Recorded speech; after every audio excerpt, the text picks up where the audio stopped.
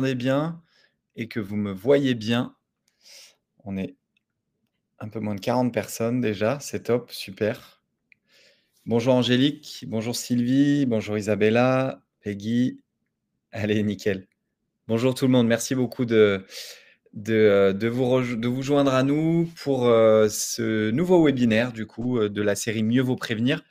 Webinaire sur la thématique des incivilités, de l'agressivité des clients et usagers, donc tout ce qui est, on va dire, violence externe selon la définition de l'INRS.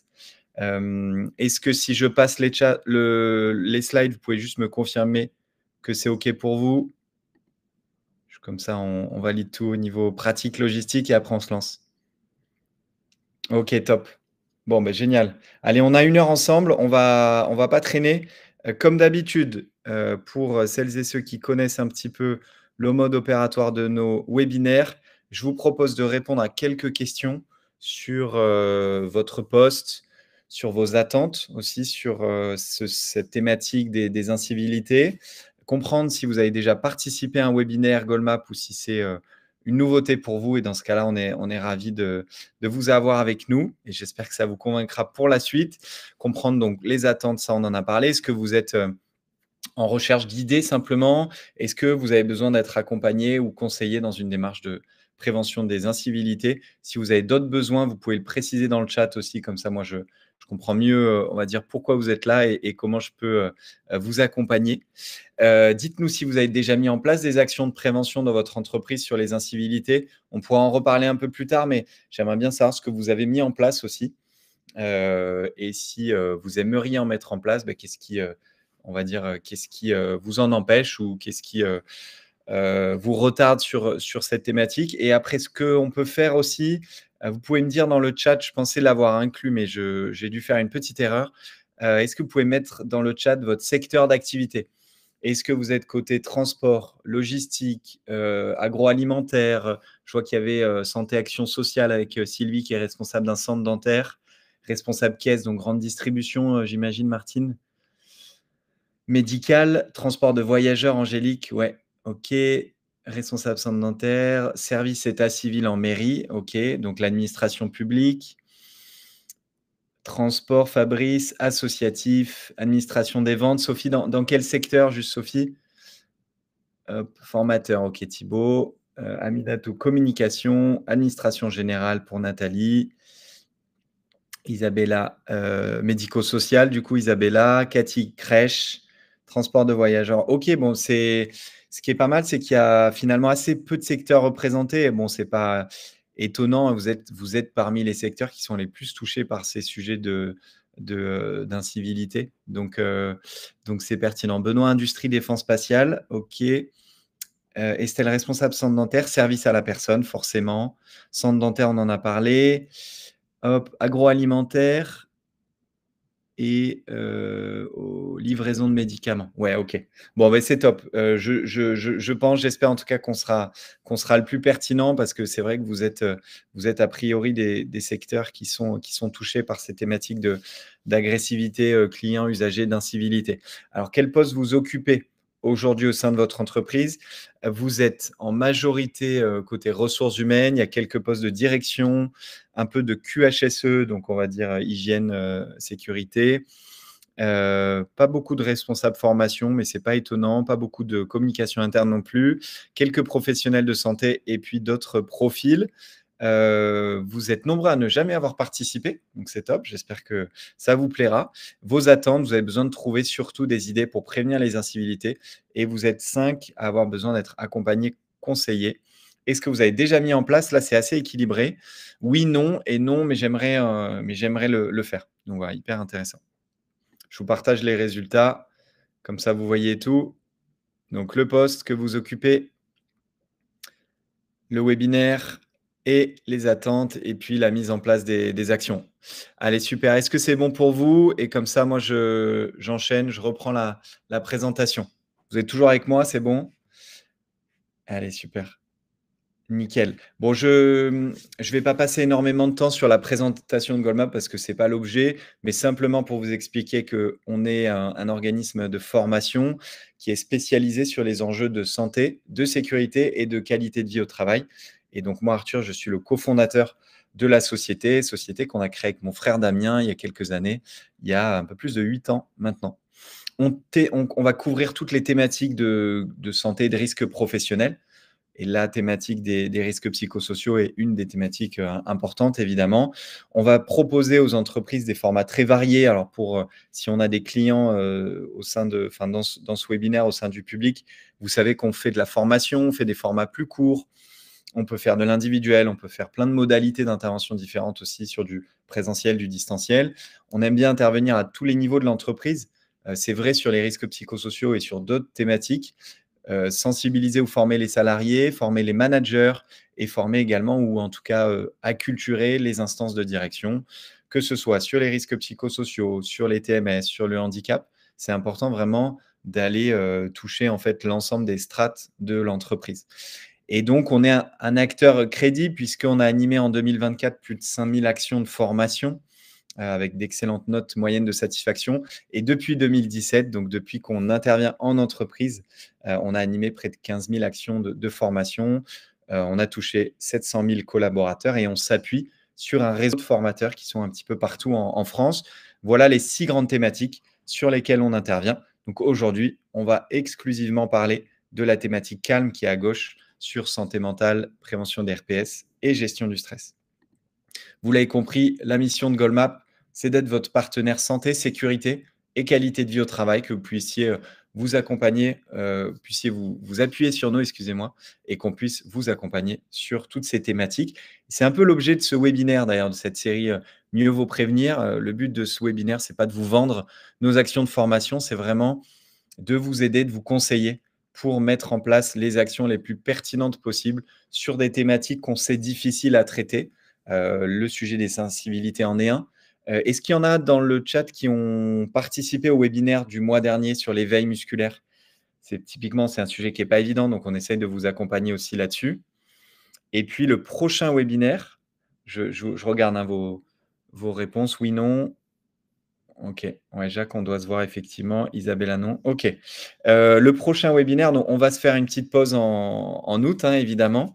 On va partir en vacances tranquillement et on reprendra en septembre. Alors, tout début septembre sur Octobre Rose et Novembre Bleu. Pourquoi tout début? Parce qu'on veut vraiment vous donner un maximum de conseils pour animer les temps forts que sont Octobre Rose et Novembre Bleu. Donc, je pense que vous connaissez Octobre Rose sur le cancer du sein et Novembre Bleu sur le cancer de la prostate et de manière un peu plus générale sur les cancers masculins.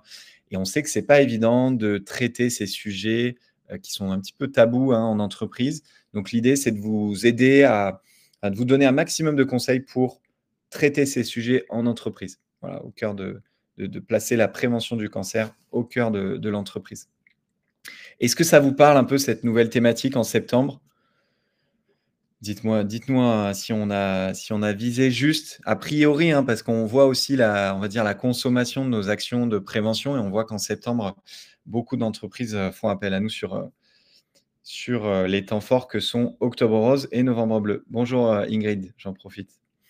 Allez, top. Donc, les webinaires de la série, vous savez que c'est un webinaire par mois, tous les mois, sauf en août. C'est toujours le premier jeudi du mois. Et l'idée, c'est de rentrer vraiment en concret, très pratico-pratique sur des thématiques RPS, sédentarité, aujourd'hui les incivilités. Ça peut être comment est-ce qu'on organise un safety day. Ça peut être des conseils pour animer une semaine de la QVT. Le but, c'est vraiment de vous accompagner de manière très, très pragmatique sur des défis un peu concrets que vous avez au quotidien. Allez, c'est parti. On démarre avec cette citation qu'on aime bien chez Goldmap, qui est une citation de Sénèque. Sénèque, qui est un penseur romain et qui est toujours, qu'on utilise beaucoup parce qu'il a vraiment le sens de la formule. Et donc, cette thématique sur la gestion des conflits et des incivilités, on aime beaucoup cette citation. Le plus grand mal que l'on puisse faire aux autres, c'est de leur rendre la colère qu'ils vous ont témoignée. Donc, l'idée un peu de cette formation sur les incivilités que je ne vais pas vous faire. Moi, je vais vous faire un webinaire sur pourquoi est-ce que c'est important de traiter ce sujet des incivilités en entreprise. Mais en formation en incivilité auprès de vos collaborateurs, on travaille justement sur ça, le fait de garder son calme, mais pas que, évidemment. De quoi on va parler aujourd'hui? On va faire un petit quiz pour faire le point un peu sur ses connaissances en termes d'incivilité, agressivité, ce qu'on appelle violence externe, RPS, etc. On va définir ensemble ce que sont les violences externes. On va essayer de comprendre les conséquences individuelles et collectives, donc individuelles sur le salarié touché et collectives sur l'équipe, sur l'entreprise, sur l'organisation, sur l'administration. Vous êtes assez nombreux à travailler en collectivité.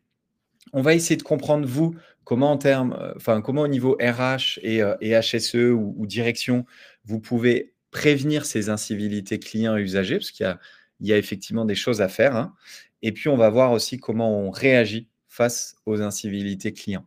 Encore une fois, l'idée de cet atelier, c'est pas de vous faire une formation sur comment je gère les incivilités, c'est plus de vous donner des informations sur cette thématique, de vous montrer que c'est vraiment un sujet qu'il faut traiter parce que ça a des conséquences individuelles et collectives très néfastes.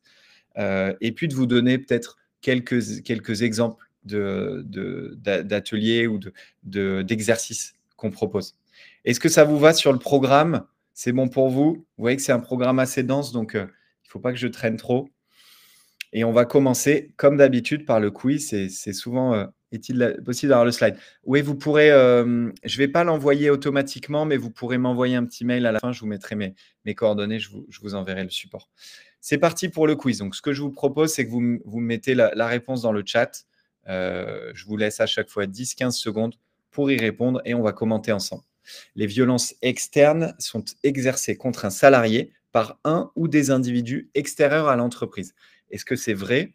Est-ce que c'est faux? Donc là, c'est tout simplement la définition de ce que sont les violences externes. Je vous laisse me dire si c'est vrai ou si c'est faux. A priori, cette question, elle est assez simple. Top, je vous laisse quelques secondes à chaque fois et on enchaîne. Hop, effectivement, c'est vrai, les violences externes, ça peut être des incivilités, ça peut être des menaces, ça peut aussi être des agressions exercées par tout un tas, d'individus extérieurs, hein. C'est pas que des clients, ça peut être des usagers, ça peut être des patients, ça peut être des fournisseurs, des partenaires, donc à l'encontre d'un ou plusieurs salariés. Donc ça, c'était la définition pour qu'on plante un peu le décor. Est-ce qu'un cambriolage peut être considéré, selon vous, comme une violence externe? Hop, excusez-moi. Est-ce que c'est vrai ou est-ce que c'est faux? Et du coup, je pense que vous avez vu la réponse si vous êtes attentif, attentive. Désolé pour ça. Donc un cambriolage, est-ce que ça peut être considéré comme une violence externe? Si vous travaillez dans une agence bancaire, par exemple, ou dans un autre métier qui traite avec de l'argent. Et donc effectivement, le cambriolage, c'est une infraction qui peut être commise par une personne externe à l'entreprise et donc ça peut être considéré comme une forme de violence externe. Pour être qualifié de violence externe, l'incivilité doit avoir lieu sur le lieu de travail du salarié. Est-ce que c'est vrai? Est-ce que c'est faux? Ouais, alors il y a pas mal de faux, un petit peu de vrai. Nathalie, Lucie, vous êtes quand même en majorité à me dire que c'est faux, mais il y a un petit peu de vrai. Donc bah, tant mieux, ça veut dire qu'on commence à rentrer dans les questions un peu plus difficiles. Et donc effectivement, c'est faux. Donc la violence externe, elle peut être qualifiée ainsi dès lors que, elle survient sur le lieu de travail du salarié ou sur un autre lieu dans lequel le salarié est amené à se rendre pour un motif professionnel. Je suis en déplacement, je suis commercial itinérant, je suis en déplacement chez un client, je me rends sur un entrepôt, je vais à mon siège social et je subis des violences, des incivilités. Ben, on parle alors de violences externes. Sachez que les violences externes, ça peut aussi être exercé en distanciel. Hem, Certaines personnes, là, nous disaient qu'elles travaillaient dans un centre dentaire. Peut-être qu'il y a du contact, avec le public en présentiel, mais aussi en distanciel au téléphone et si ce public, il est agressif, qu'il est extrêmement pressé, qu'il est parfois, vulgaire et cetera, beh, ça fait partie des violences externes. Donc il n'y a pas que le fait de faire face à du public en présentiel, évidemment. Dans un call center, hein, par exemple, on travaille souvent sur ces thématiques. Mais il s'agit toujours du milieu professionnel, Nathalie, effectivement. C'est juste que ce n'est pas forcément sur son lieu de travail. Les violences externes renvoient aux risques psychosociaux. Est-ce que c'est vrai ou est-ce que c'est faux? Donc là, on prend un peu de recul sur ce que sont les risques psychosociaux. On va en parler très rapidement. Même si ce n'est pas l'objet de ce webinaire, on avait fait un webinaire, hein, sur les risques psychosociaux, si vous avez, le temps de regarder sur notre chaîne YouTube. Allez hop, c'est vrai, effectivement, les risques psychosociaux, en fait, c'est une grande famille qui est constituée du stress, des violences internes et des violences externes. Donc les violences externes, on va en parler aujourd'hui et les violences internes, ça peut être les conflits, dans les équipes, en inter-équipe, ça peut être le conflit dans une équipe, ça peut être des sujets de harcèlement moral, sexuel et cetera. Donc toujours interne à l'organisation. Trois quarts des salariés qui travaillent avec du public sont exposés au risque de violences externes. Est-ce que c'est vrai? Est-ce que c'est faux? Donc c'est énorme, hein, 75 des salariés qui travaillent avec du public qui sont exposés à ce risque-là. C'est pour ça que c'est un sujet qu'on traite de plus en plus et sur lequel on accompagne de plus en plus nos clients. Didier, il y a faux. Didier, est-ce que vous pensez que c'est plus, moins peut-être? Sinon, c'est vrai que j'ai que du vrai.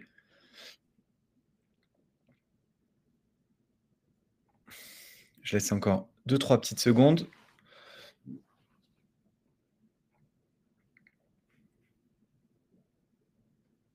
Plus, OK, ouais.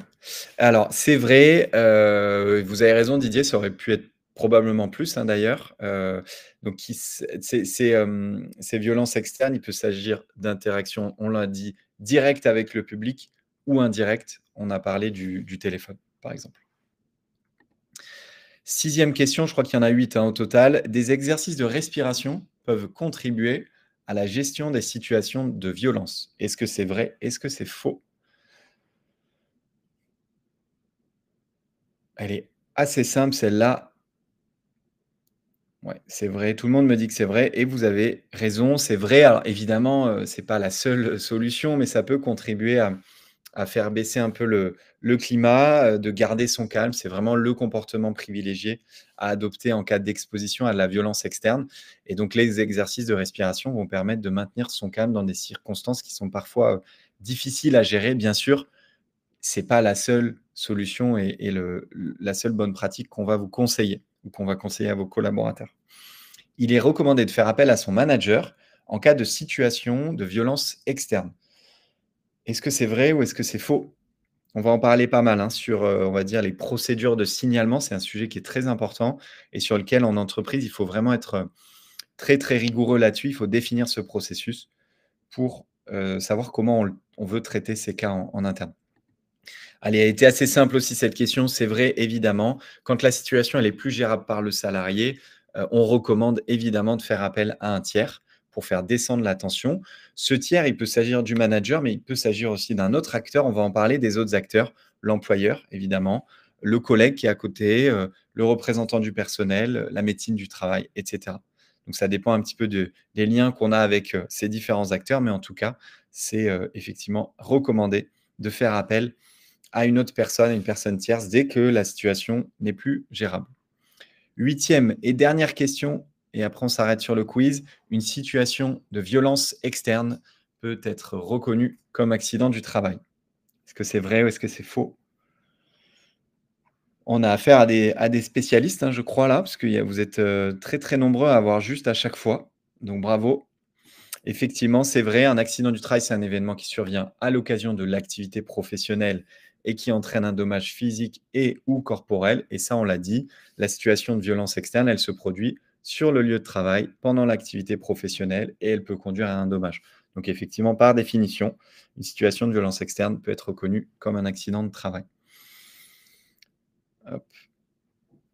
Allez, je crois que c'est bon pour le quiz. On va passer, aux définitions sur les violences externes. Vous allez voir qu'il y a peut-être des choses sur lesquelles on va un tout petit peu se répéter, mais c'était important pour moi, de vraiment très bien définir ce que sont les violences externes, de parler aussi des facteurs qui peuvent, accélérer, hein, les violences externes ou qui peuvent les entraîner. Et puis ensuite, on rentrera sur la partie conséquences individuelles et collectives.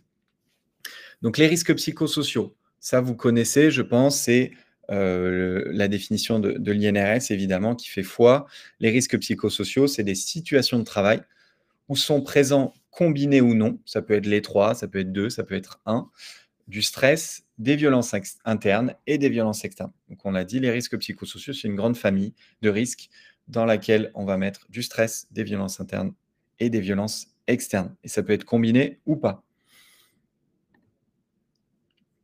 Les violences externes, on l'a dit, exercées contre un salarié sur son lieu de travail ou sur tout autre lieu dans lequel il est amené à se rendre pour des motifs professionnelles, notamment les déplacements, hein, des commerciaux, on l'a dit, le fait de se déplacer sur un entrepôt, le fait d'aller rencontrer un client, un fournisseur, et cetera. Et les violences externes, elles sont exercées donc par des individus extérieurs à l'entreprise. Dans le cadre du médico-social, les patients, hein, beaucoup, je crois que vous êtes confrontés énormément à ces sujets. Ça peut être les usagers dans le cadre de l'administration publique ou des collectivités, et ça peut être le cadre des clients quand on est dans un métier de service client, par exemple. Différentes formes de violences externes, on a parlé un petit peu, on a parlé des cambriolages. Alors, il y a les violences criminelles, cambriolage, vol, racket, homicide, donc qui sont, on va dire, très, violentes et qui ont des impacts énormes. Et puis il y a les violences publiques que sont les agressions physiques, les agressions verbales, les incivilités, les menaces, donc on va dire, moins, graves sur le papier, mais qui ont un impact, qui est immense, hein, pour l'individu et pour, l'entreprise, pour l'organisation. Ces incivilités clients, elles doivent vraiment pas être prises à la légère parce que par accumulation, elles peuvent entraîner des séquelles d'ordre physique et psychologique, on va en parler, et elles peuvent aussi détériorer en fait le fonctionnement et le climat social de l'entreprise. Donc l'idée de ce webinaire, c'est d'essayer de vous aider en fait à prévenir ces incivilités, d'essayer d'aider aussi de vos salariés à apprendre à réagir face à ces, on va dire manquements à la norme, sociale, qui se répètent beaucoup dans certains secteurs, transport, on l'a dit, médico-social, et cetera. On va en reparler. Dites-nous à votre avis, quels facteurs peuvent favoriser l'émergence de violences externes? Et après, je vous ai préparé une petite slide pour les résumer, mais je serais intéressé de savoir, un petit peu ce qui, selon vous, peut favoriser l'émergence de violences externes. Qu'est-ce qui fait qu'un patient peut être en colère et peut s'énerver contre un de vos salariés? Qu'est-ce qui fait qu'un client peut être en colère et s'énerver contre, une de vos collaboratrices, et cetera? Dites-nous si vous avez quelques idées. Une mauvaise communication? Ouais. De la douleur, du stress, la communication, l'impatience, le retard de production, effectivement, des désaccords, ouais. Les émotions qui sont mal gérées, un besoin qui est pas satisfait, le stress, ouais, l'impatience, tac, tac. Je regarde, hein, j'essaie de voir un petit peu tous vos retours. L'incompréhension, incompréhension avec le patient, ouais, ça revient beaucoup. L'aspect financier, effectivement. L'angoisse, la surcharge de travail, la livraison, on l'a dit, retard de production, retard de livraison, effectivement, les frustrations, l'absence d'écoute, ouais. Bon, vous visez quand même assez juste. Organisation, facteurs techniques, problème de caisse. Ouais, tout à fait. Si je rentre dans un magasin, que je suis pressé et que la caisse fonctionne pas et qu'il y a 2, 3 caisses qui fonctionnent pas, malheureusement, il y a certains individus qui vont réagir, au quart de tour et ça va, donc créer du stress chez le collaborateur ou la collaboratrice qui est pour rien a priori puisque c'est un problème de machine ou un problème d'organisation ou de process, problème de technique. Allez, j'enchaîne, comme ça on avance. Les facteurs de risque, il y a en gros 3 grandes familles. Vous avez surtout parlé des facteurs qui sont liés à l'organisation du travail. C'est-à-dire un temps d'attente qui est trop important. Je rentre dans une mairie et on a, un temps d'attente qui est très, très long. Ça fait 1 heure et demie que j'attends, pour refaire, je dis n'importe quoi, ma carte d'identité ou mon passeport à la préfecture et au bout d'un moment, je commence à m'impatienter. Ça peut créer, des violences, enfin, ça peut générer des violences externes. Les services qui sont non conformes aux attentes, ça va créer énormément de frustration chez le client, chez l'usager. Il y avait écrit que j'avais le droit à ça, ça, ça et en fait, j'ai pas le droit. Où est le problème? Est-ce que vous pouvez m'expliquer? Et ça peut monter, assez vite dans les tours. Des procédures administratives qui sont très rigides. Quand c'est très rigide, on sait que ça peut créer un peu de frustration. On l'a vu, hein, c'était dans les mots-clés que vous avez remontés. La désinformation auprès du client, des informations parfois qui est volontaire, hein. D'ailleurs, on cache des choses et ça peut créer du stress évidemment chez le client. L'incapacité à faire du travail de qualité, on en a parlé sur, les retards de livraison, les retards de production. En interne, la mauvaise répartition des rôles parce qu'on a mal structuré en fait son organisation. Le travail isolé, c'est souvent les travailleurs isolés, hein, qui sont malheureusement, soumis à ces violences externes. Donc ça, c'est plutôt les facteurs qui sont liés à l'organisation du travail. Donc plutôt que de se dire: «Là, c'est de la faute, des clients, des usagers, nous, on n'a rien à faire là-dessus». C'est plus en interne de se dire: «Comment est-ce qu'on peut améliorer notre service? Comment est-ce qu'on peut mieux communiquer sur notre service, sur nos produits, sur ce qu'on vend, pour que ça soit conforme aux attentes, et qu'on puisse le, délivrer dans un temps, acceptable pour, l'usager et pour le client». Le deuxième point, c'est, des facteurs qui sont liés à la nature de l'activité professionnelle. Vous nous les avez dit, hein, enfin, vous nous avez cité quelques métiers en introduction. Si vous êtes un personnel en urgence hospitalière, si vous êtes vendeur en magasin, si vous êtes employé de banque, si vous êtes, vous faites partie des forces de l'ordre, si vous êtes huissier de justice, évidemment que vous allez être beaucoup plus sujet à ces violences externes que, voilà, si vous avez un métier comme moi qui est de faire, du commercial ou plein d'autres métiers, différents. Donc évidemment, il y a des métiers qui sont beaucoup plus, exposés à ces violences, externes, malheureusement. Et puis on a, et ça vous en avez parlé, c'est Nathalie qui en a parlé, la précarité effectivement. On a des facteurs socio-environnementaux et culturels. On sait que dans certaines agences, on sait que dans certains centres dentaires, on a un petit peu plus de violences externes parce qu'il y a peut-être plus de précarité économique, dans cet environnement. Il y a peut-être, plus d'insécurité urbaine dans cet environnement. Il y a peut-être une dégradation du lien social aussi dans cet environnement. Il y a peut-être, une immense concentration aussi dans cet environnement qui génère, énormément de stress, de tension, qui fait qu'on est un petit peu moins patient quand on est client. Donc là, on est plus sur vraiment le facteur individuel et collectif qui sont, on va dire collectifs et socio-environnementaux. Donc a priori sur ça, vous allez pas forcément pouvoir travailler. C'est vraiment sur les facteurs liés à l'organisation du travail qu'on va pouvoir optimiser pour rendre un service de meilleure qualité et donc peut-être faire baisser aussi le niveau de violence externe. A priori, on y arrivera. Donc 15 des salariés déclarent avoir été victimes d'une agression verbale de la part du public au cours des 12 derniers mois. Ça, c'était une enquête, de l'INRS sur les conditions de travail. Hop, je passe à la troisième partie sur les conséquences individuelles et collectives. Est-ce que, vous auriez une idée de ce que sont les impacts, des violences externes? Voilà, dans le chat, vous pouvez me dire individuel, collectif. N'hésitez pas à me donner quelques idées et puis moi pareil, j'ai noté. Donc le stress, ouais, effectivement Benoît, merci beaucoup. Burn-out, stress, tension, mal-être.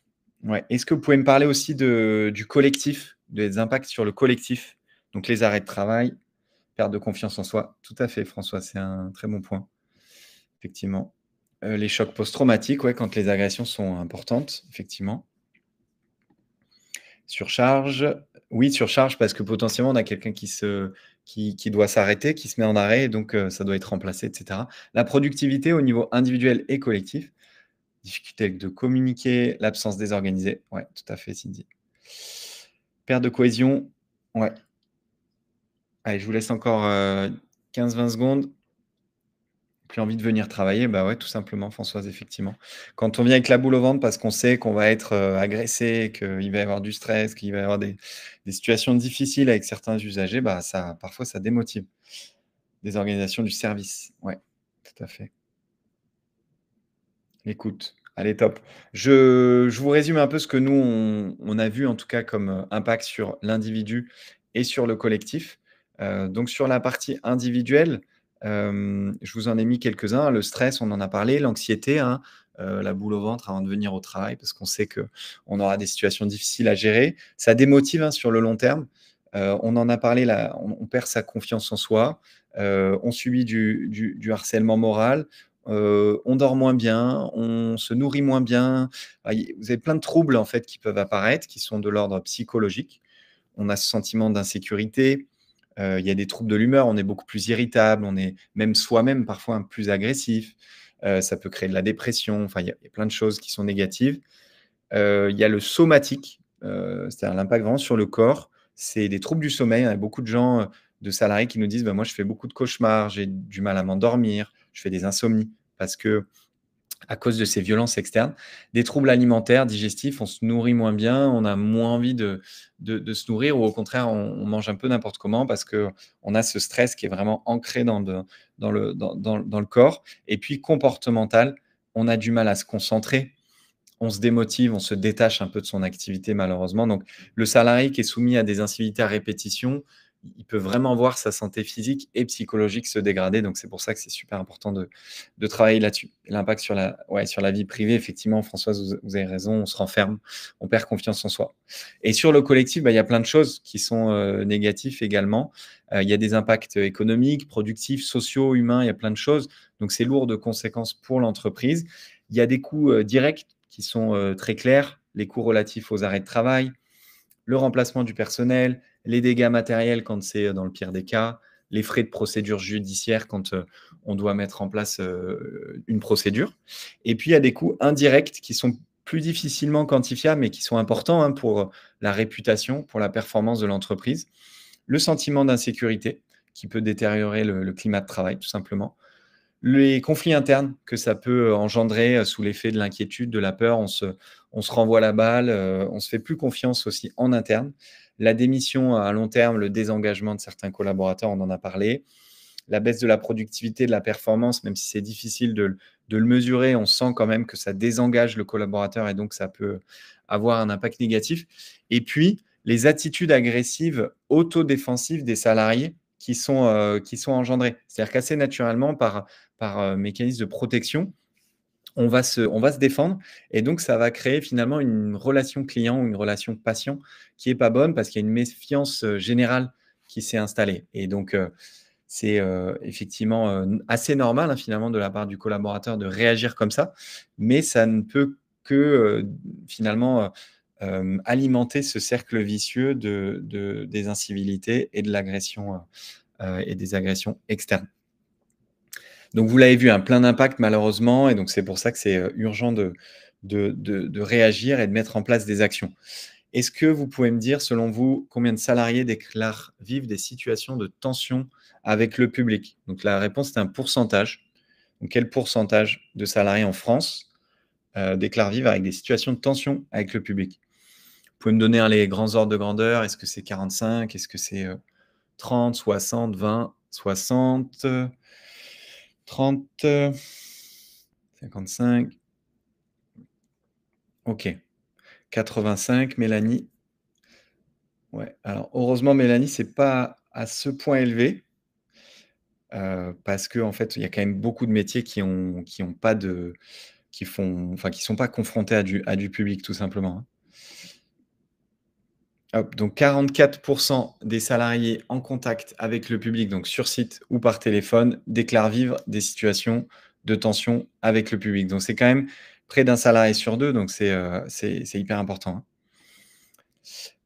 Hop, 2e petite question. À votre avis, combien de salariés déclarent avoir subi au moins une agression verbale au cours des 12 derniers mois sur leur lieu de travail? Pareil, c'est un pourcentage. Donc là, c'est vraiment agression verbale au cours des 12 derniers mois. Pas de souci, Benoît, on vous enverra. Et vous avez raison, ouais, Jacques, est-ce qu'ils le disent tous? Vous avez raison, peut-être qu'il y en a qui le déclarent pas effectivement et donc c'est probablement des chiffres qui sous-estiment la réalité. Hop, ouais, 30, 15, 40 et cetera. OK, allez, j'enchaîne. Donc un salarié sur 6 a été victime d'une agression verbale de la part du public au cours des 12 derniers mois. Donc pareil, c'est, la DARES qui nous donne ces chiffres-là. Allez, super, on enchaîne. Donc, comment est-ce que maintenant on a vu un petit peu ce que sont les violences externes, on les a définies, on a essayé de comprendre quelles étaient les conséquences individuelles et collectives de ces incivilités ou de cette agressivité. Maintenant, on va parler de la prévention, c'est-à-dire comment en tant qu'employeur, comment en tant qu'entreprise, on peut mettre en place des actions de prévention. Il y a plusieurs étapes. La première étape, on en a parlé un petit peu, vous l'avez dit Françoise et je crois que c'est Jacques aussi qui en parlait. Il y a des personnes qui sont agressées, qui ont honte de le verbaliser, qui ne vont pas forcément le remonter. Donc d'abord, la première étape, c'est tout simplement d'inciter les collaborateurs à remonter les incivilités. Et ça, on peut le faire que si on a mis en place une procédure de signalement. Donc c'est peut-être dans votre checklist, c'est peut-être la première chose à réaliser si vous partez de zéro. Donc l'objectif, c'est mettre en place ce dispositif de signalement des actes de violence. Pourquoi? Parce qu'il faut les prendre en charge. sur le plan administratif, c'est l'accident de travail. Il faut le prendre en charge sur le plan médico-psychologique et surtout, il faut les analyser pour pouvoir, les prévenir sur le long terme. Parce que l'idée, c'est évidemment de faire baisser tout ça.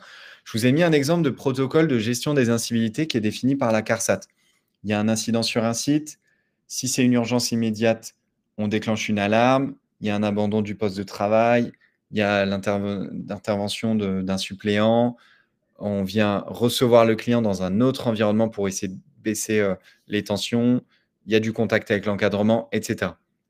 Ça, c'est dans l'idéal et dans le cadre de structures qui sont assez importantes pour pouvoir avoir un protocole très défini. Il y a plein d'autres actions sinon, de procédures d'urgence que je vous ai notées ici. Il faut d'abord se mettre en sécurité, il faut pouvoir alerter les secours rapidement, il faut porter assistance, il faut préserver des preuves évidemment, il faut informer sa hiérarchie et il faut accompagner les victimes. Ça, vous les aurez dans le support. Je vous enverrai tout ça.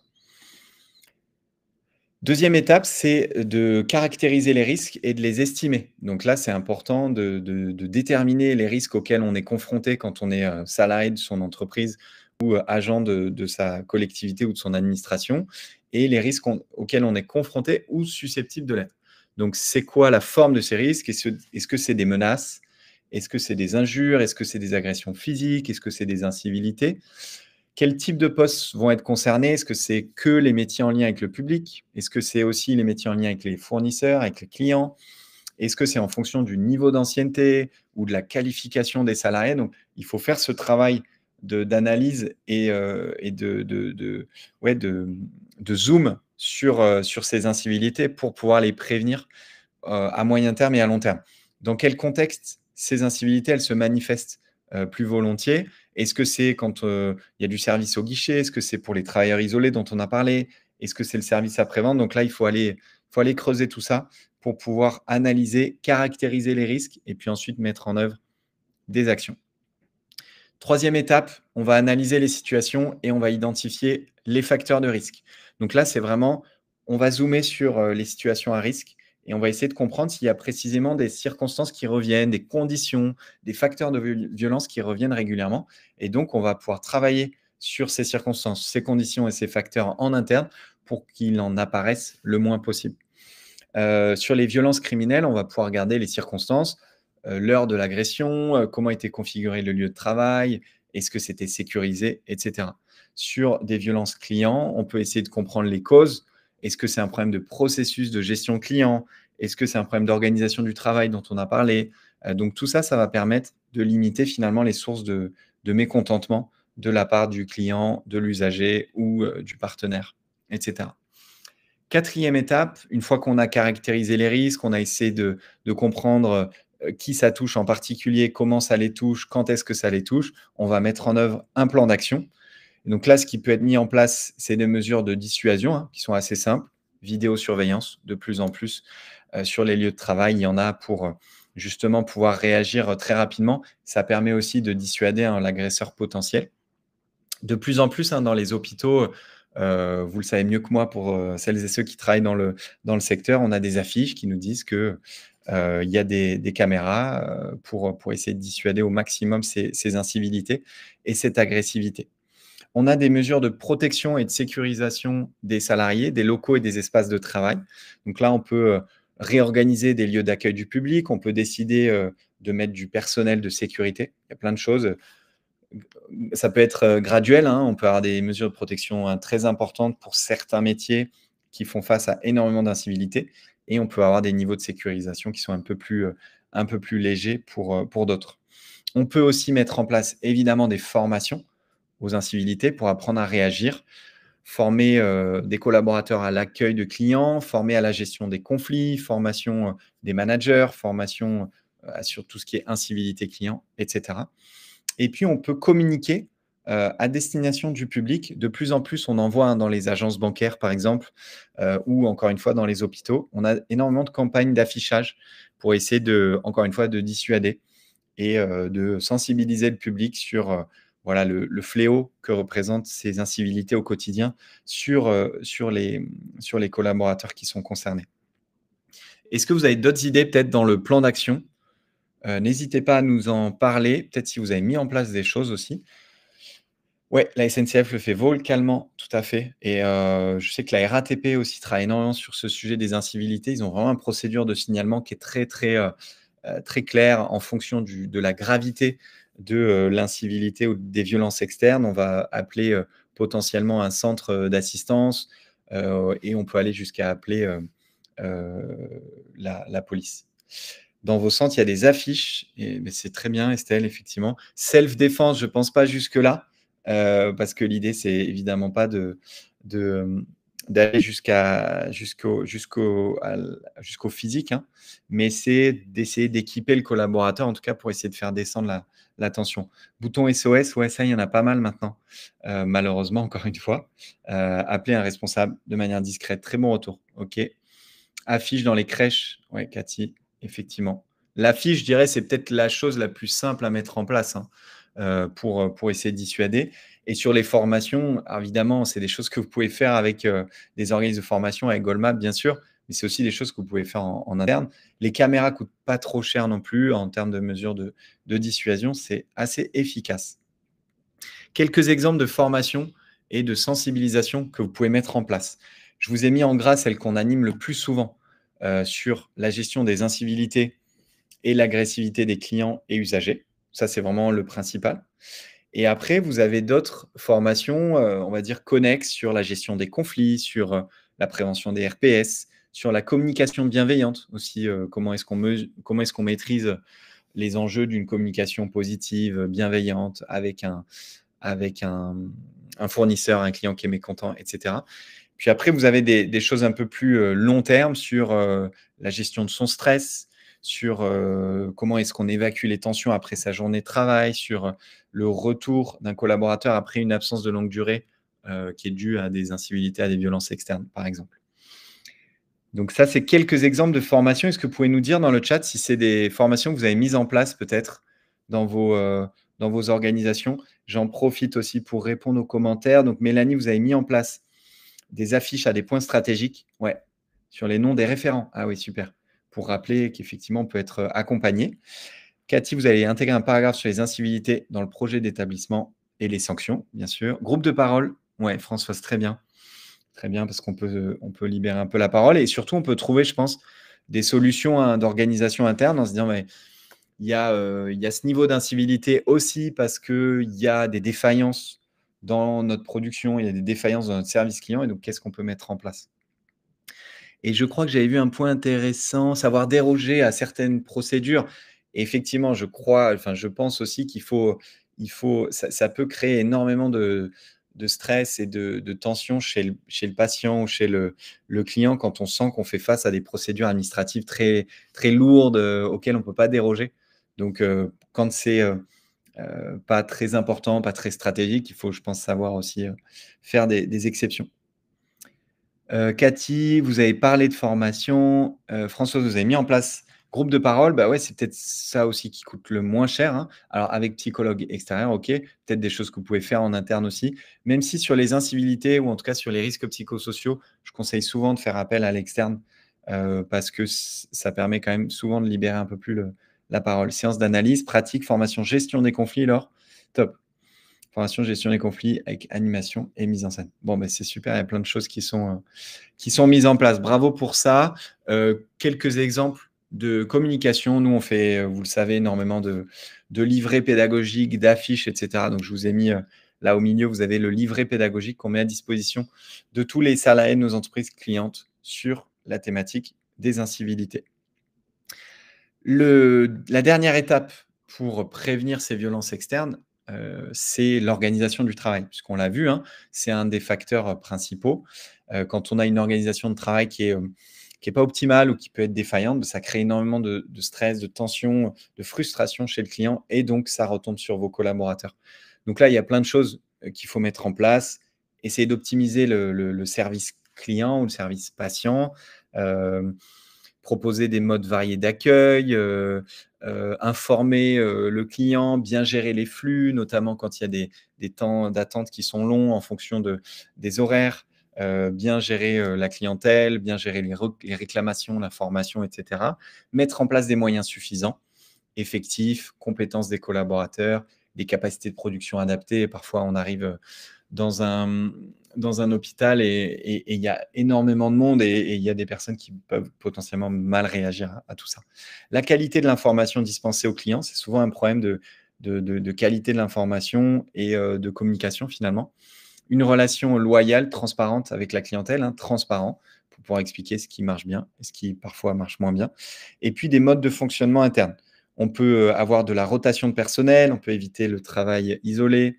Il faut prévoir évidemment des effectifs suffisants quand il y a des périodes de forte affluence.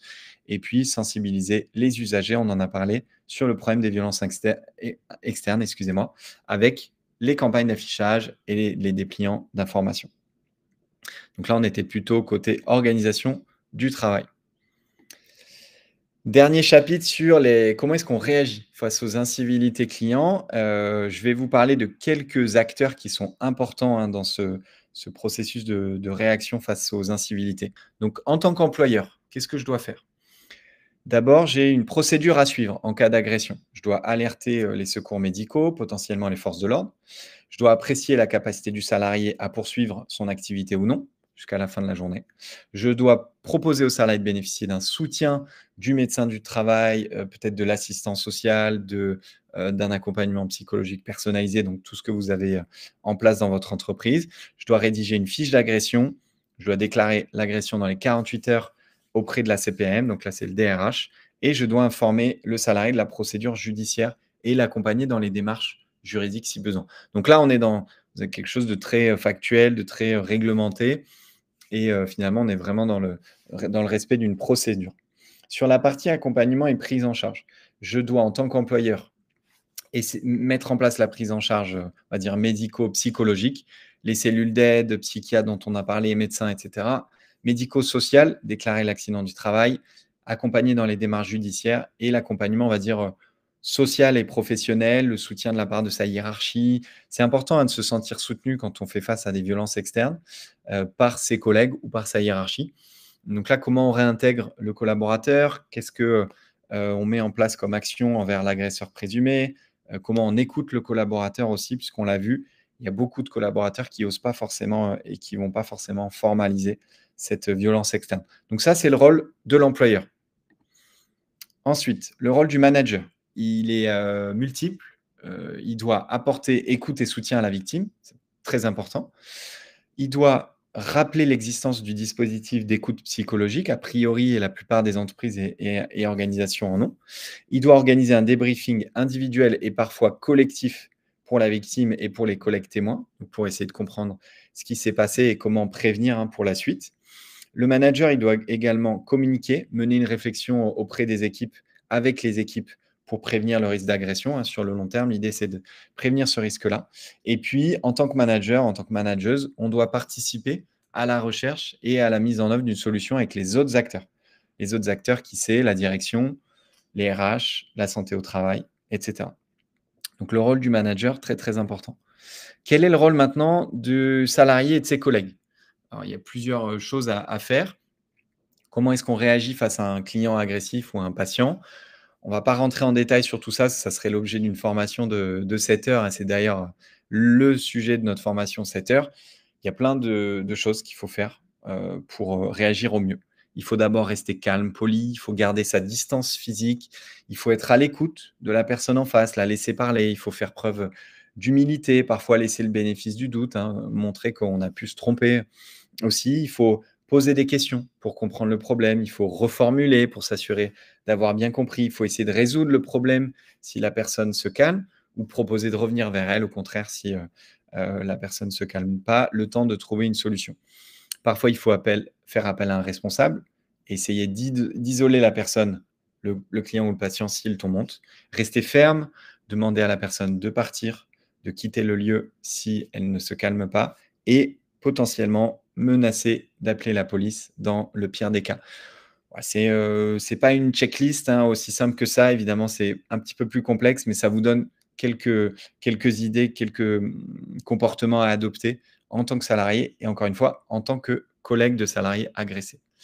Qui sont les autres acteurs qui peuvent être impliqués dans cette politique de prévention ou dans cette politique de réaction face à ces incivilités? L'agent de sécurité, pour, celles et ceux qui en ont, hein, l'agent de sécurité, il va intervenir auprès de l'auteur de l'agression pour lui demander de quitter le lieu, et en cas de refus ou d'absence, d'agent, bah, c'est les forces de l'ordre qui doivent être appelées. Le service RH qui va informer la commission santé sécurité, dans les meilleurs délais, va établir la déclaration, de l'accident de travail, ça on en a parlé. Le RSST, registre santé et sécurité au travail, qui permet d'accompagner la victime dans tout ce qui est démarches judiciaires à effectuer. Et puis le service santé au travail, si vous en avez, qui va apporter, si besoin, les premiers secours, l'accompagnement, on va dire, médico-social, psychologique, et mettre en place cet accompagnement et le suivi psychologique de la victime. Et potentiellement, parfois, également des collègues qui sont témoins de l'agression. Et effectivement, Johanna, vous avez raison, bah, tout ça, ça nécessite d'avoir une bonne, cohésion d'équipe et on sait que les incivilités, les violences externes, elles peuvent venir dégrader ce climat social en interne. Donc, c'est important de traiter ce problème pour que ça ait le moins d'impact, possible. Voilà un petit peu les différents acteurs qui sont impliqués et comment ils peuvent être, impliqués et comment ils peuvent, traiter les cas de violence externe et les prévenir. Je voulais juste faire un petit zoom pour vous montrer quelques exemples de conseils qu'on donne et d'exercices qu'on va donner vraiment aux salariés, qui font face à des violences externes, parce que je pense que c'est le sujet qui nous intéresse le plus aujourd'hui. On a cette petite activité qui est pas mal en formation. Est-ce que vous pouvez me dire les pires conseils que vous pourriez donner pour exacerber l'agressivité d'un client? Donc ça, c'est le jeu des pires conseils. Dites-moi, ce qui selon vous, peut mettre, de l'huile sur le feu et peut, exacerber l'agressivité d'un patient, d'un client. Donc là, ouais, hausser la voix, tout à fait. Qu'est-ce qu'il y a d'autre qu'il faudrait absolument pas dire à un collaborateur? Monter le ton, prends sur toi, ouais. Répondre agressivement, c'est pas grave, ouais. Dites-moi d'autres, ça peut être d'autres expressions. Vous avez l'air énervé, calmez-vous. Tu es compliqué, rabaisser, ouais, très intéressant. Le regard, ouais, un regard peut-être, énervé ou peut-être désabusé, ça arrive à tout le monde.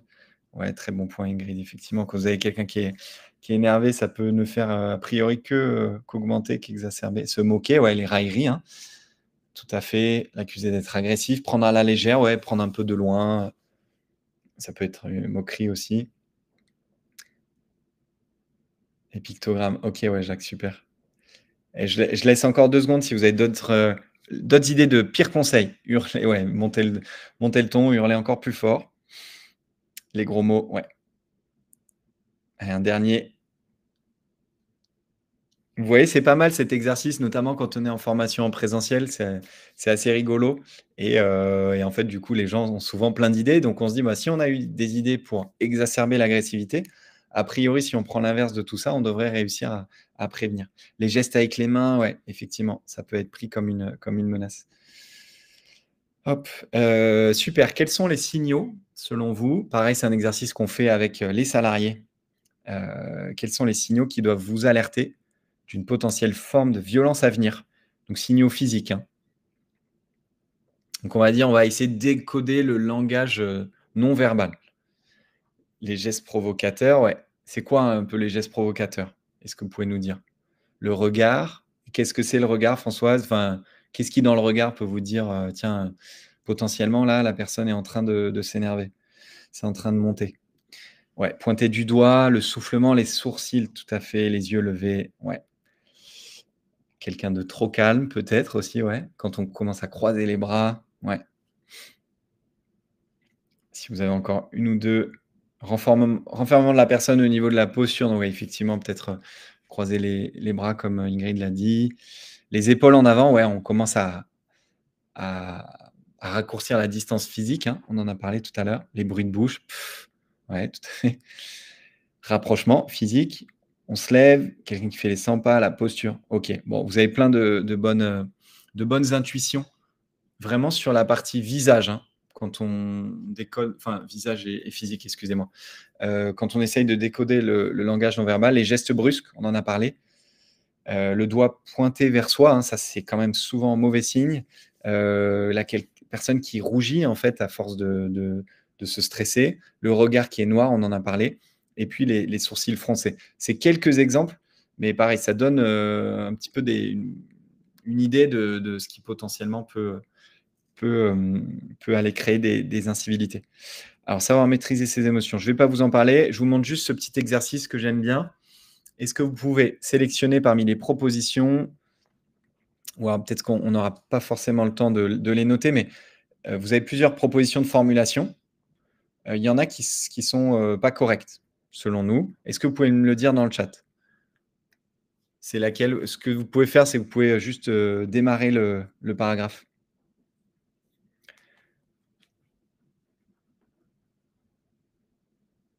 Est-ce que c'est la dernière chose que je souhaite, c'est que vous pensiez que je n'ai pas l'intention? Est-ce que c'est vous n'avez pas le droit de me parler de cette manière, je vous prie de baisser d'un ton? Est-ce que c'est il est difficile pour moi de travailler dans ces conditions, j'ai besoin de courtoisie pour aider mes clients? Dites-moi là s'il y a quelques propositions qui vous semblent incorrectes pour essayer justement de faire baisser la tension et de prévenir.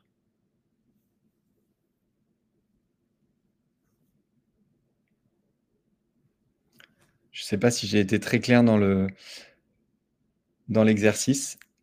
Ouais, la dernière chose, OK, la première, Peggy. Est-ce que vous en avez d'autres? Ouais, vous n'avez pas le droit. Mmh. Dernière chose, vous n'avez pas le droit. Allez, OK, je laisse encore, il est difficile pour moi. OK. On va se les passer en revue, on va voir lesquelles sont correctes et lesquelles ne nous semblent pas, correctes. OK. Donc les correctes, elles sont en vert. Ce qui nous semble incorrect, c'est: «Vous n'avez pas le droit de me parler de cette manière, je vous prie de baisser d'un ton». Là, potentiellement, on va créer, de la tension, ça va monter dans les tours. Je vous fais remarquer que vous êtes en train de me manquer de respect en me traitant de la sorte et que si vous continuez, je serai contraint de faire intervenir mon manager. Pareil, c'est pas des formulations qu'on va recommander. Vous voyez que les autres recommandations sont plus équilibrées, la communication est meilleure, et donc l'idée c'est de on va dire d'essayer d'outiller au maximum le collaborateur dans une situation de tension et de stress. C'est difficile de bien trouver ces mots, donc c'est pour ça que cette formation elle est hyper importante. Ensuite, dans cette formation, on montre pas mal d'outils, de méthodes très concrètes pour gérer l'agressivité et l'incivilité d'un client. Il y a une méthode qu'on aime bien, c'est Dutch. Présentation du Dutch, c'est un exercice d'auto-évaluation qui est super intéressant, qu'on fait passer en fait à vos équipes. Et donc, on va se dire, tiens, dans le cadre d'un conflit avec de l'externe, est-ce que je cède aux souhaits de l'autre partie, de 1 à 5? 1 étant pas du tout d'accord, 5 étant tout à fait d'accord. Est-ce que je vais dans le sens de l'autre partie? Est-ce que je souligne qu'il faut parvenir à un compromis? Est-ce que je cherche à en tirer le maximum d'avantages, et cetera? Et vous avez comme ça, je crois, 20 questions qui vous permettent de définir un peu où vous vous positionnez. Et en fait, les niveaux de positionnement, ils sont ici. Est-ce qu'on est dans le compromis? Est-ce qu'on est dans la résolution de problèmes? Est-ce qu'on est dans l'imposition, le fait de forcer? Est-ce qu'on est dans l'évitement? On évite, on a tendance à fuir et est-ce qu'on cède finalement et on sacrifie? Je perds, tu gagnes. Et finalement, ce qu'on va essayer de faire un peu, hein, c'est la résolution de problèmes. C'est d'être vraiment en haut à droite de cette matrice. C'est pas forcément le compromis, que le compromis, on trouve un terrain d'entente, chacun perd un peu. L'idée de la résolution de problèmes, c'est d'être dans la recherche de solutions gagnant-gagnant. Je gagne, tu gagnes. Bon, c'est vraiment résumé. Si vous faisiez une formation avec nous, il y a des choses beaucoup plus complètes, mais c'est juste pour vous donner un exemple. Dernier exemple qu'on propose, c'est l'exercice de la méthode DESC. Est-ce que vous pouvez me dire dans le chat si vous la connaissez, cette méthode? La méthode DESC, ouais, je pense que si vous avez fait des formations sur la gestion des conflits, vous devez connaître ce template, on va dire, de communication. Alors, il y a pas mal de noms quand même. Eh ben, oui, Ingrid, OK. Je vais vous l'expliquer en quelques mots et comme ça, vous pouvez regarder un peu sur internet aussi. La méthode DESC, c'est DESC, décrire les faits, exprimer ses émotions, spécifier des solutions et établir des conséquences et une conclusion. Donc, c'est vraiment un template, en fait, pour essayer de trouver des solutions dans le cadre d'un conflit qui peut être interne ou externe. Donc, c'est super intéressant. Typiquement, hein, on prend un exemple. Je vois que le produit que vous avez reçu n'est pas à la hauteur des attentes. On va décrire les faits. Je comprends que ça peut être potentiellement frustrant pour vous. J'exprime des émotions. Il est important pour nous que nos clients soient satisfaits des achats. Je vais spécifier des solutions. Et puis ensuite, je vais essayer de trouver une conclusion. Est-ce que vous pourriez me donner plus de détails sur le problème afin que nous puissions trouver une solution ensemble? Ça, c'est, on va dire, la réaction idéale quand un client est mécontent sur un service rendu. Donc, c'est la fameuse méthode DESC. Je vous donne un exemple très concret d'un client qu'on a accompagné dans le secteur de la grande distribution sur un site dans le sud de la France. C'était 170 salariés. On a mis en place des sessions de formation et de sensibilisation pour la gestion des incivilités clients, donc dans la grande distribution. On sait que c'est un secteur qui est particulièrement exposé. Il peut y avoir des petites incivilités, hein, des situations d'incivilité pas forcément toujours graves, mais très fréquentes au quotidien. Et ça va impacter la motivation des collaborateurs. Donc l'idée, c'est de les armer au mieux, de les préparer pour réagir face à des incivilités et préserver sa santé mentale. Quelques clients qu'on accompagne sur ces thématiques, risques psychosociaux, incivilités, etc. Et j'en ai terminé là. Je vous mets juste, avant qu'on parte déjeuner, je vous mets juste mon adresse mail. Arthur@goldmap.com. Vous avez mon numéro de téléphone également si vous avez des questions, si vous voulez compléter des informations, si vous avez envie qu'on mette en place des actions. Hein, vous avez vu, les actions, c'est les formations, les sensibilisations, le coaching de vos managers, etc. Donc, n'hésitez pas, arthur@goldmap.com. Et je vous mets aussi, avant de partir, le lien vers le livre blanc. Alors, est-ce que j'arrive à le récupérer? Hop. Je vais essayer de vous le mettre avant qu'on s'en aille. Je vous mets le lien vers le livre blanc sur les incivilités. Hop. Et on a quasiment terminé. Je vous demande juste une petite minute encore. Comme ça, je vous mets toutes les ressources. Hop. Ça, c'est le lien vers le livre blanc sur les incivilités. Je vais juste vous mettre, avant qu'on termine, le prochain webinaire. Hop. Donc, prochain webinaire, on l'a dit, sur le cancer en entreprise, hein, en gros, cancer du sein et cancer de la prostate surtout. Je vous mets le lien d'inscription, comme ça. Donc, on a dit, hein, il n'y aura pas de webinaire en août. Tac. Donc, ça, c'est le lien d'inscription. Et dernier lien que je vous mets, et après, promis, j'arrête, c'est le lien de notre chaîne YouTube, parce qu'il y a pas mal de replays, il y a pas mal d'exemples vidéo sur des sujets de prévention qui peuvent concerner vos collaborateurs, le travail de nuit, le stress, les risques psychosociaux, le rôle du manager. Enfin, voilà, il y a plein de choses, je pense, hyper intéressantes qu'on essaye de traiter dans cette chaîne YouTube. Donc, chaîne YouTube, le livre blanc et le prochain webinaire. Est-ce que ça vous va? Est-ce que c'était intéressant pour vous? N'hésitez pas à nous dire dans le chat si c'était pertinent. Est-ce que ça vous est utile? Est-ce que vous avez appris des choses concrètes? J'espère. Il y a aussi, moi, ce que j'aime bien dans ces webinaires, c'est le partage entre pairs, hein, entre, on va dire, RH ou HSE. On a souvent des bonnes idées qui émergent. Super. Françoise, oui, vous avez mon adresse mail. Hop, arthur@goldmap et le numéro 0617. N'hésitez pas à m'envoyer un email, hein. Si vous avez des questions, on y répondra avec plaisir et je pourrai vous envoyer le support. Merci Thierry. Merci beaucoup Cathy. Je vous souhaite à tous et à toutes une bonne après-midi. Voilà, j'espère que vous avez appris des choses, que vous allez pouvoir mettre en place des choses pour mieux prévenir dans votre entreprise. Et puis, je vous souhaite voilà, un très bel été et je vous dis à très bientôt. On se voit en septembre. Et encore une fois, n'hésitez pas à m'appeler si vous avez quoi que ce soit. Merci Johanna, merci Ingrid. Au revoir tout le monde. À bientôt.